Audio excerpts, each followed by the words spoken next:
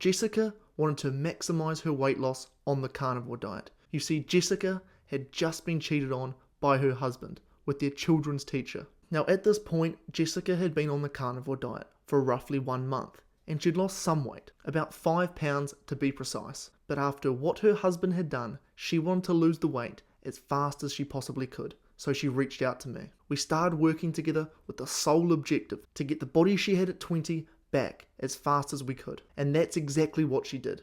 Within the first 30 days of us working together, she had lost 15 pounds. And then the month after that, she lost another 15 pounds. She went from slowly losing weight to having all of her fat melt off her just with a few simple changes. And in today's video, I'm going to be breaking down exactly what Jessica did to achieve these results. And if you stick around to the end, I'm going to explain the 3 mistakes that she was making which hindered her progress. So what actually causes fat loss? Well, you see, fat is stored energy. If we consume excess energy than we burn, it stores as fat.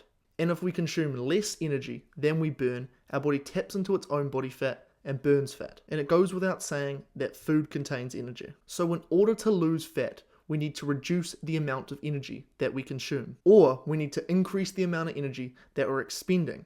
Luckily for you, because you're on the carnivore diet, the amount of energy you're expending is already going to be monumentally higher, because all your cells have healed, and therefore they're better able to produce energy, which increases this metabolic rate. On the carnivore diet, we eat till we're full, because this is the proper human diet, and when a species eats what it's designed to eat, it does not get fat, it does not get sick.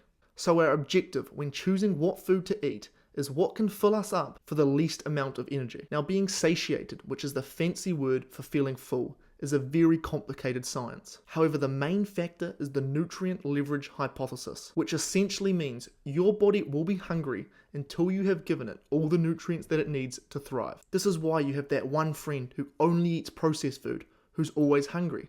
They're never giving their body the nutrients they need, and therefore it wants them to keep eating. So if we eat whatever foods are the most nutrient dense, mean they contain the most nutrients, it means we need less of it to be full, and therefore we're consuming less energy. So you see where I'm going with this. Because we're consuming less energy, our body's then going to tap into our own body fat more, and we're going to burn the fat. This is why, on the carnivore diet, the best food you can consume is ruminant meat. Ruminant animals like cows and sheep have incredibly complex digestive systems, which allows them to absorb a massive quantity of nutrients from the foods they eat. Now don't get me wrong, other meats like chicken or pork, which are monogastric animals, still contain very high amounts of nutrients.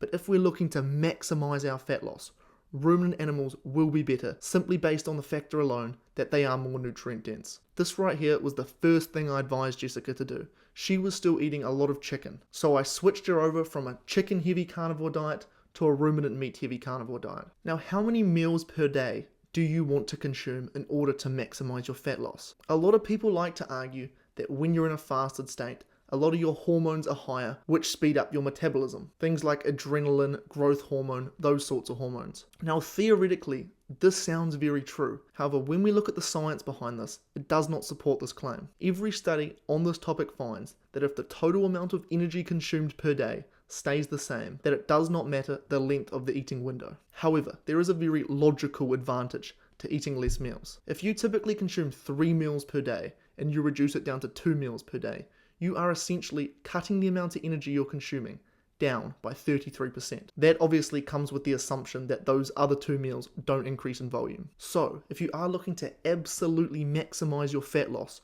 on the carnivore diet, maybe having one less meal is a good idea. Now, there were also 3 key mistakes that Jessica was making, which I see a lot of other people make also. The first being that they consume too much dairy. Dairy is designed by a species for that species to grow. However, most of us watching this video have stopped growing up. So if we've stopped growing up, that means we can only grow wide. Now, if you want to put a small layer of cheese on top of your beef patties, that's likely not going to do very much. However, what some people do is they'll quite literally replace meals with cheese.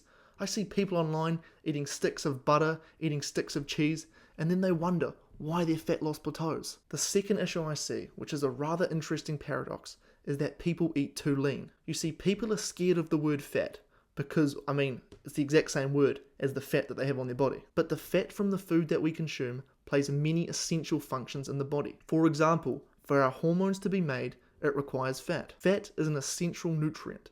Remember earlier when I talked about the nutrient leverage hypothesis? Well, if we're not getting enough of this essential nutrient, have a guess what's going to happen to our hunger levels? Not many people in history got fat from over-consuming fat. It's only since we introduced carbohydrates and these refined seed oils that people started getting fat. Seriously, if you were fat like 200 years ago, you would quite literally be in a circus. If the meat you're eating is too lean, you're just never going to feel satiated. So what will happen is that you'll end up overeating. And the third mistake that I see is people boredom eat. Now there's a very simple solution to this issue, and that is when you're boredom eating, your body's not actually hungry.